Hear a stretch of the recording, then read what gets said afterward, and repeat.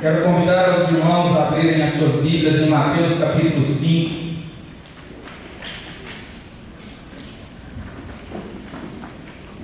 Aleluia.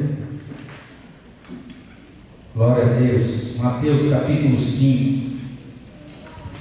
Olha para o seu irmão carinhosamente e diga assim: aqui a gente entende e ama você com os seus defeitos e com as suas qualidades. Amém, queridos?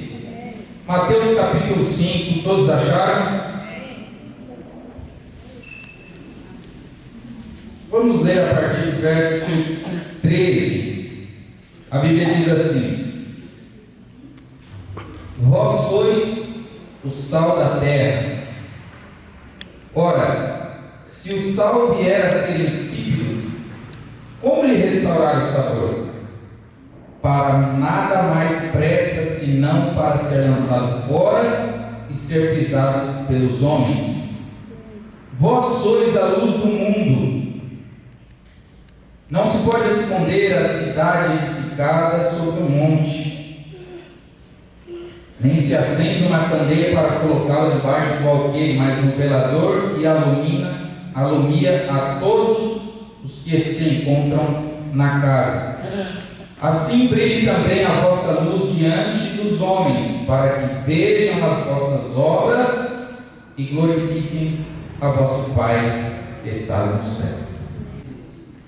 A relevância do crente no mundo.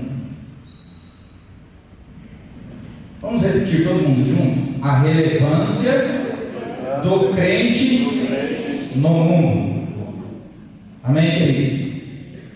O texto que nós lemos é, na verdade, a continuação do começo do sermão de Jesus no monte, onde ele começa ali nos primeiros versículos a demonstrar qual é o caráter do crente, qual é o comportamento que o crente deve adotar na sua vida diária, na sua vida na igreja, na sua vida na família, na sua vida no trabalho, na sua vida na escola, na sua vida no ajuntamento de amigos.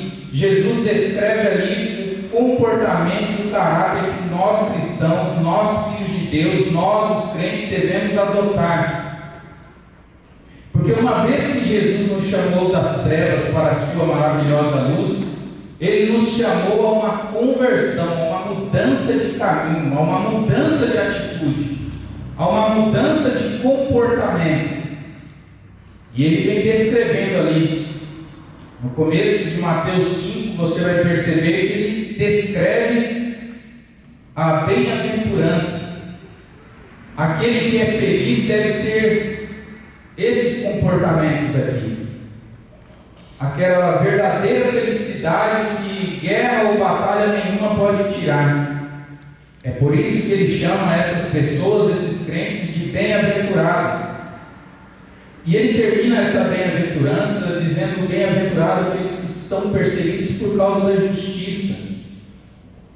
E você vai ver que na primeira bem-aventurança e na última ele vai falar que dos tais é o reino dos céus.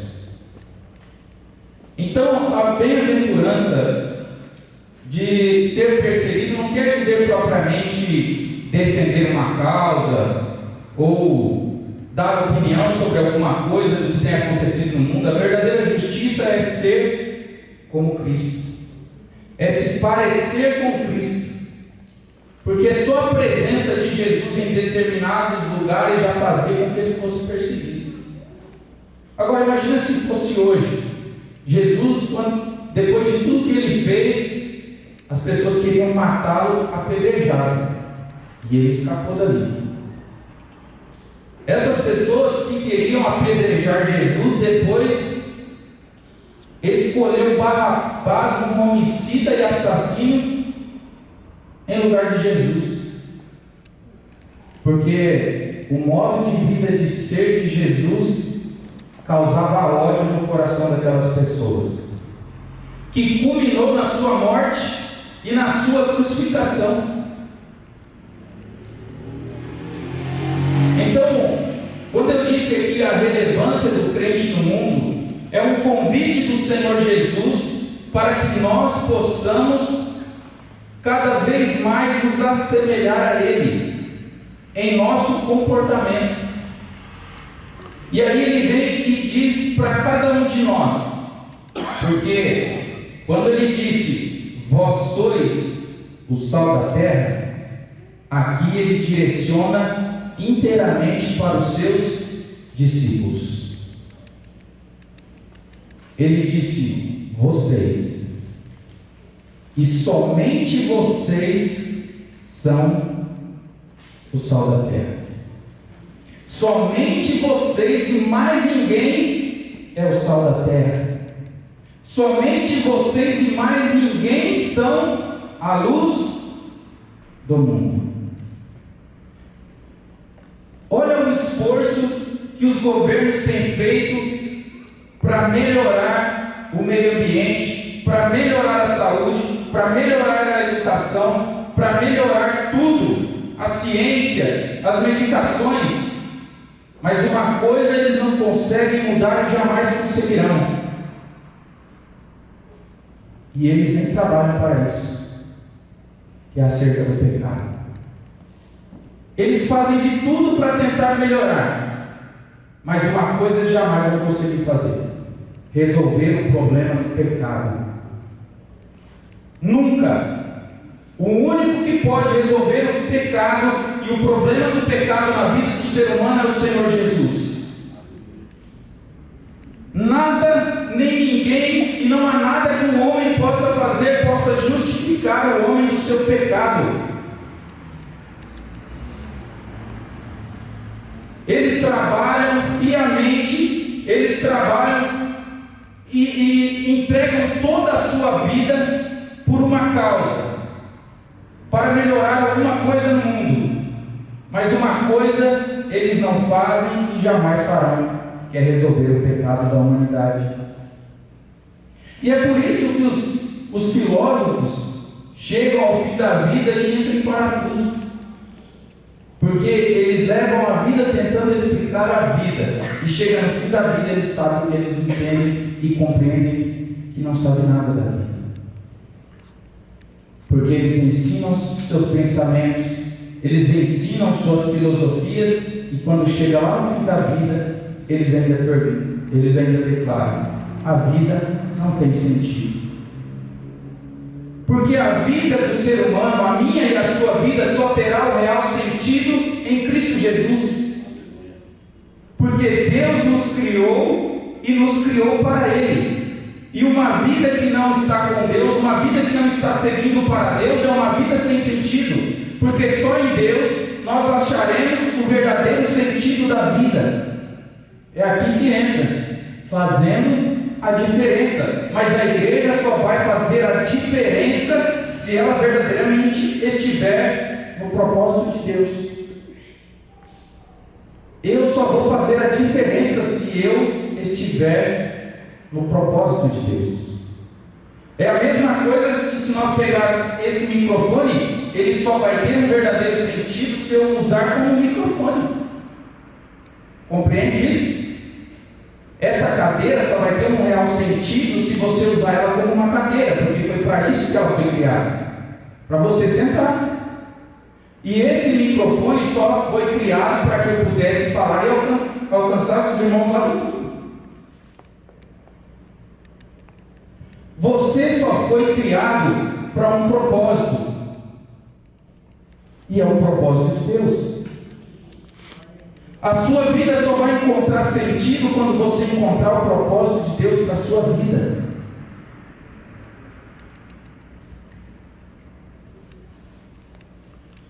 Enquanto eu trilhar um caminho que não seja o propósito de Deus, a vida não terá sentido para mim. Quando Jesus disse: Márcia, você é Valquíria, você é Julião, o sal da terra e a luz do mundo. Jesus sabia exatamente o que estava dizendo. Porque em Gênesis 6, Deus disse que o Espírito Santo não mais habitaria no homem porque ele era carnal. E o que aconteceu? A humanidade se debandou completamente a ponto de Deus levantar Noé e uma geração toda se perdeu. E só se salvou uma família, para que o propósito de Deus ainda continuasse sobre a terra. Então agora vai melhorar. A família de Noé talvez poderia pensar, agora vai melhorar, vai começar tudo de novo. Aí veio Sodoma e Gomorra, e novamente Deus destruiu uma multidão, porque ela se debandou de Deus, a ponto de cometerem pecados inadmissíveis contra Deus. Então olha hoje a nossa geração, olha hoje tudo que está acontecendo ao nosso redor. Como aumentou o número de drogados, como aumentou o número de drogas diferentes, como aumentou o divórcio, como aumentou a quantidade de presidiários, e na maioria homens. E se comparar com as mulheres que estão presas, é uma minoria. A quantidade de homens presos por cometerem crimes. E o que o Estado e o que os governos estão fazendo para resolver esse problema do pecado? Na verdade, o Estado tem uma dívida muito grande com a igreja, que é um lugar que recupera a gente. É um lugar que recupera viciado. É um lugar que recupera alcoólatras, casamentos destruídos. Olha a quantidade de divórcio que aumentou nos últimos 5 e 10 anos. Mas o Senhor nos faz um convite a nós sermos o sal da terra. E se eu perguntasse para você, para que serve o sal? O que seria a primeira coisa que passasse no seu pensamento? Sabor, né?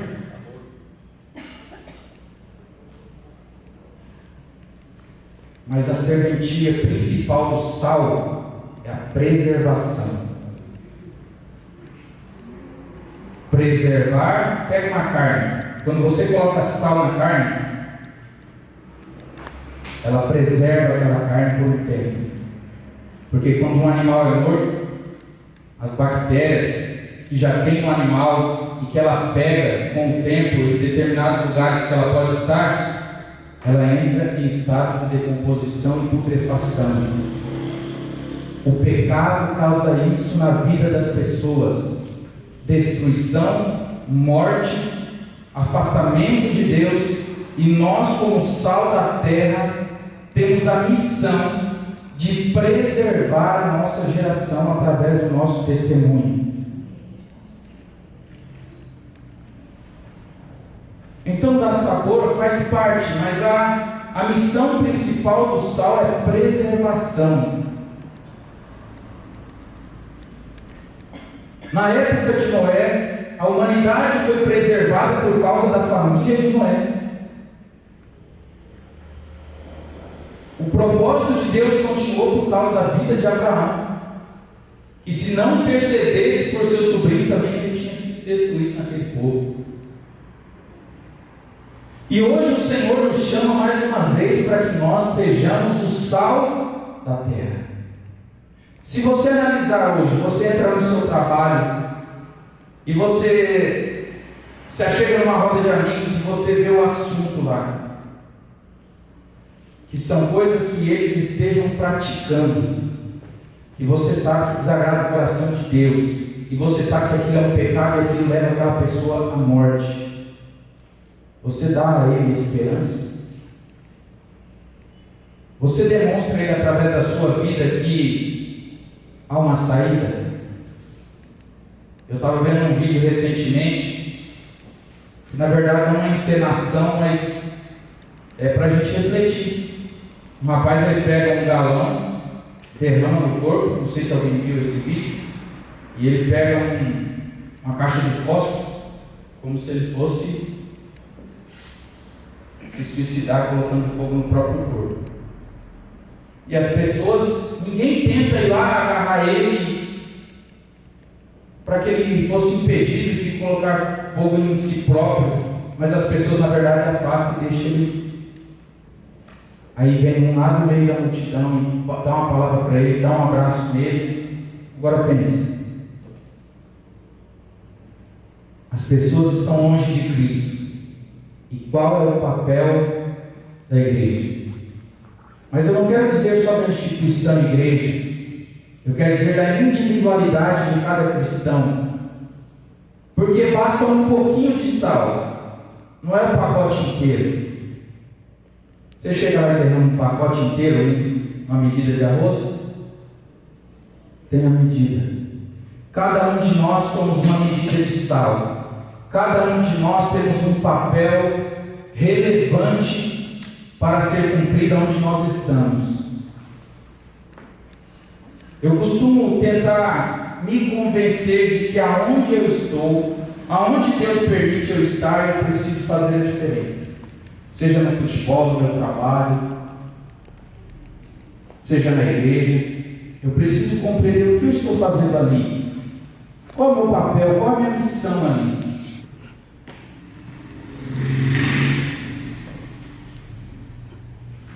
Nós, como igreja, nós precisamos assumir nossa missão. E a nossa missão é fazer com que as pessoas reconheçam que Cristo salva, que Ele liberta, que Ele cura e que Ele pode nos dar e pode dar a essas pessoas a oportunidade de mudarem suas vidas para sempre. Qual é o papel relevante que você tem feito na sociedade? Qual é o papel relevante que você tem feito no seu trabalho? Qual é o papel relevante que você tem feito por aí? O nosso testemunho é de suma importância para que as pessoas sejam salvas. Olha para o seu irmão e diz assim: assuma a sua responsabilidade de ser o sal da terra. Na Idade Média existia um povo que acreditava que após aceitar a fé, ele deveria viver isolado, em um mosteiro, em um lugar isolado, e tiravam isso como base o retirar de Jesus para orar no deserto, como João Batista ia pregar no deserto. Mas a Bíblia, na verdade, isso sim deve fazer parte das nossas vidas, que temos que nos retirar para falar com Deus, para que Deus fale conosco, para meditar e refletir na palavra de Deus.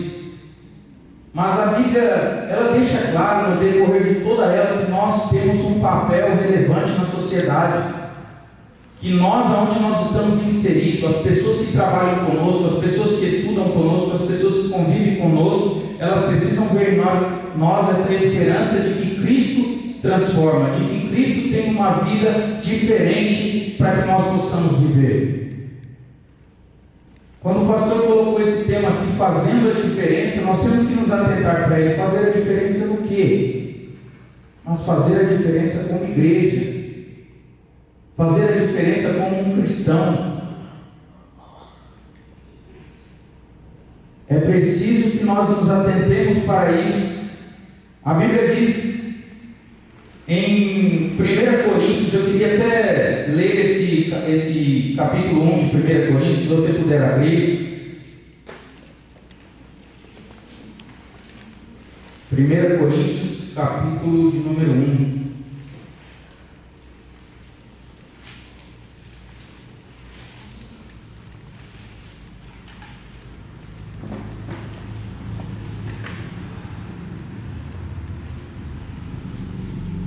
A Bíblia diz assim a partir do verso, deixa eu ver aqui.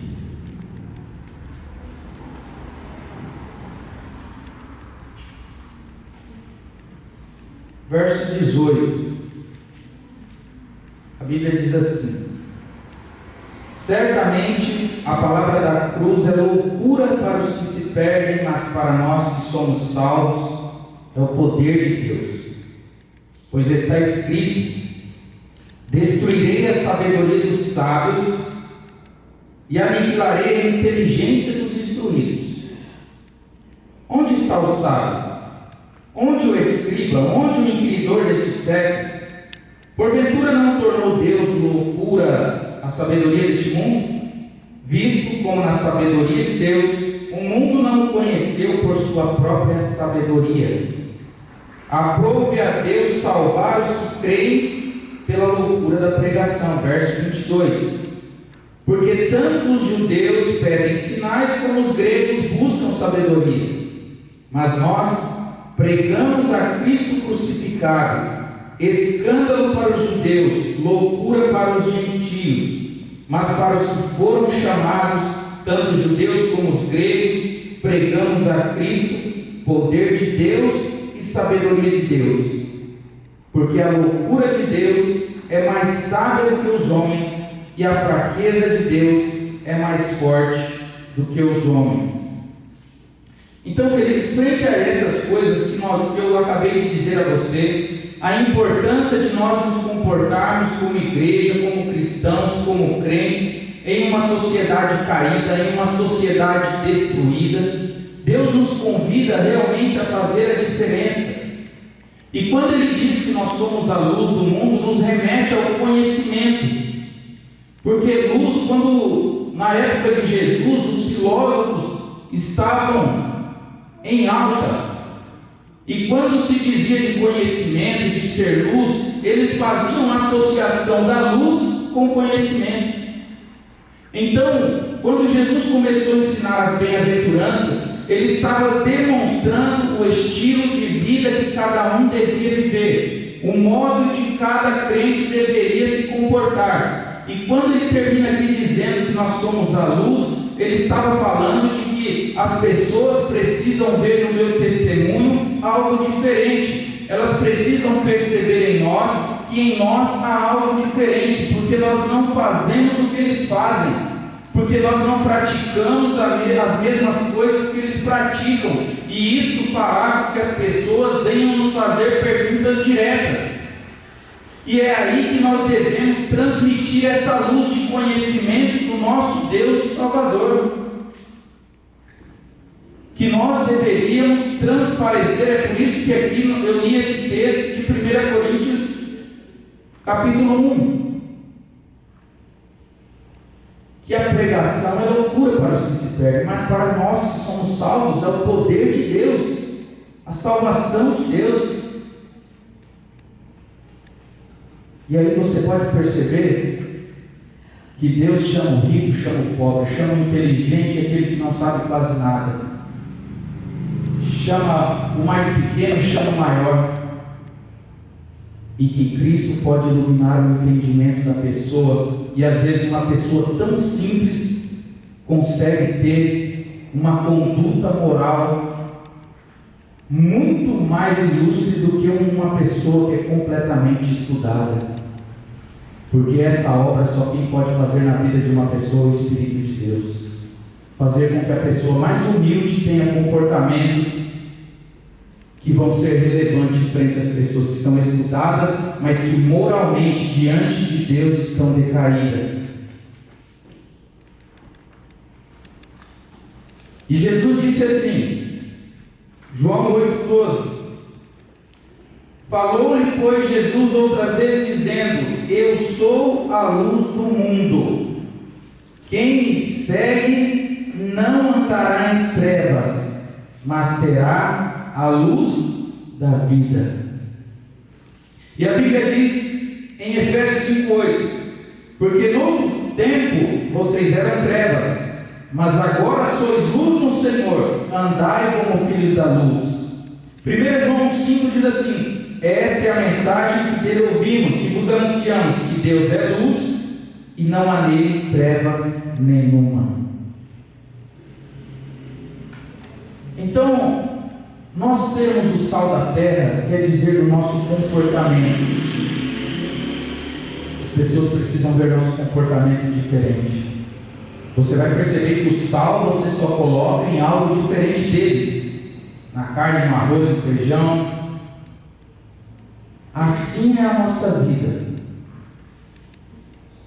Nós precisamos fazer a diferença. A igreja precisa fazer a diferença. O indivíduo, o crente, precisa fazer a diferença.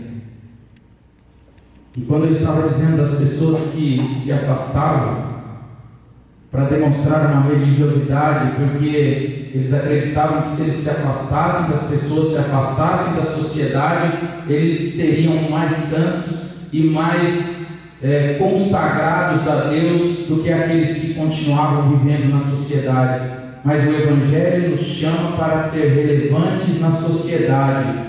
Você e eu somos chamados para ser sal e para ser luz no meio daqueles que estão perdidos. Nós precisamos ser sal. Nós precisamos fazer a diferença.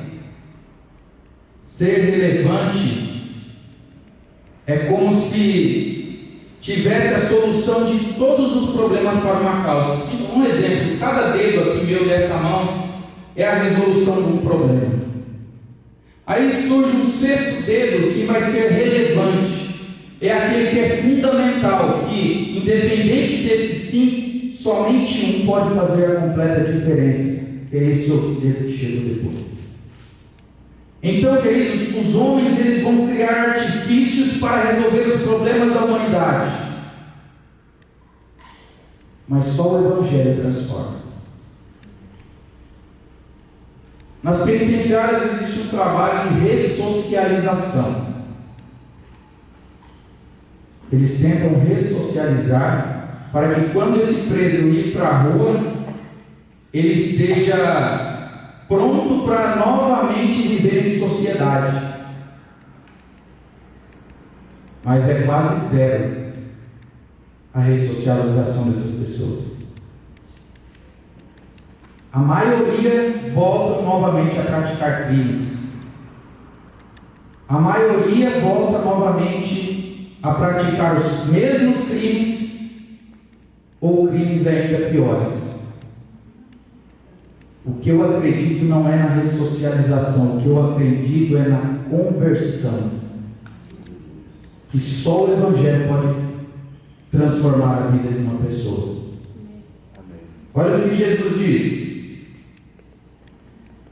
E a condenação é essa: que a luz veio ao mundo e os homens amaram mais as trevas do que a luz, porque as suas obras eram más.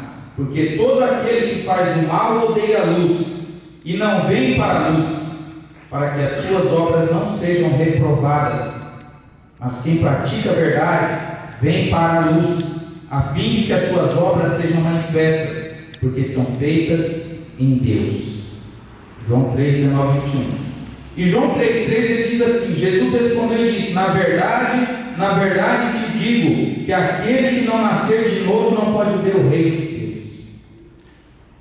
Jesus disse que somente o novo nascimento é que pode fazer com que uma pessoa faça parte do reino de Deus. E que todas as pessoas que amavam as suas práticas não se aproximavam de Jesus, porque Jesus tornava as suas obras manifestas, porque Ele era a luz.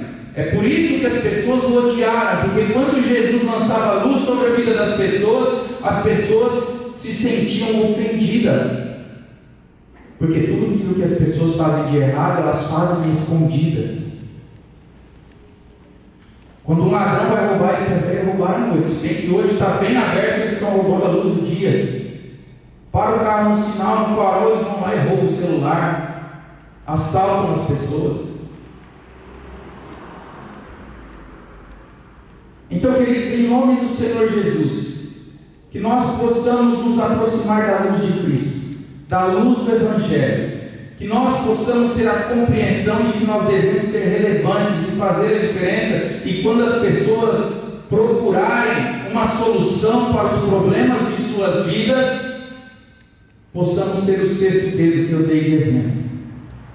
tem este exemplo, tem essa saída, tem aquela saída, tem esta saída, mas só o Evangelho é a verdadeira saída para uma pessoa perdida. A pessoa pode procurar a solução para os seus problemas em muitos lugares, mas só o Evangelho tem plena redenção e plena restauração para a vida de uma pessoa. Nós precisamos ser relevantes. A igreja precisa ser relevante. Essa mensagem aqui eu trouxe para que nós pudéssemos refletir em como está a minha vida de crente individual. Como eu tenho me comportado como um crente onde eu estou? No trabalho, com a família. Quem eu sou na multidão? Nós somos luz ou nós somos trevas? Nós somos sal ou somos como um sal insípido que não serve para nada a não ser jogado para ser pisado pelos homens? Porque naquela época as ruas eram de pedras e o sal que não tinha sabor eles jogavam sobre as pedras porque em dia de chuva os soldados não escorregassem. Quem eu sou nesse mundo? Em Isaías diz que a treva cobre as terras e a escuridão os povos, mas sobre nós resplandece a luz do nosso Deus. Permita-se ser iluminado por Cristo. Permita ser sal na vida das pessoas. E quando alguém te perguntar sobre a esperança que você tem em Cristo e por que você é diferente, é a hora de você mostrar a sua luz. É a hora de você trazer o entendimento, a luz da compreensão de quem é Cristo na sua vida e de tudo que Ele representa para você.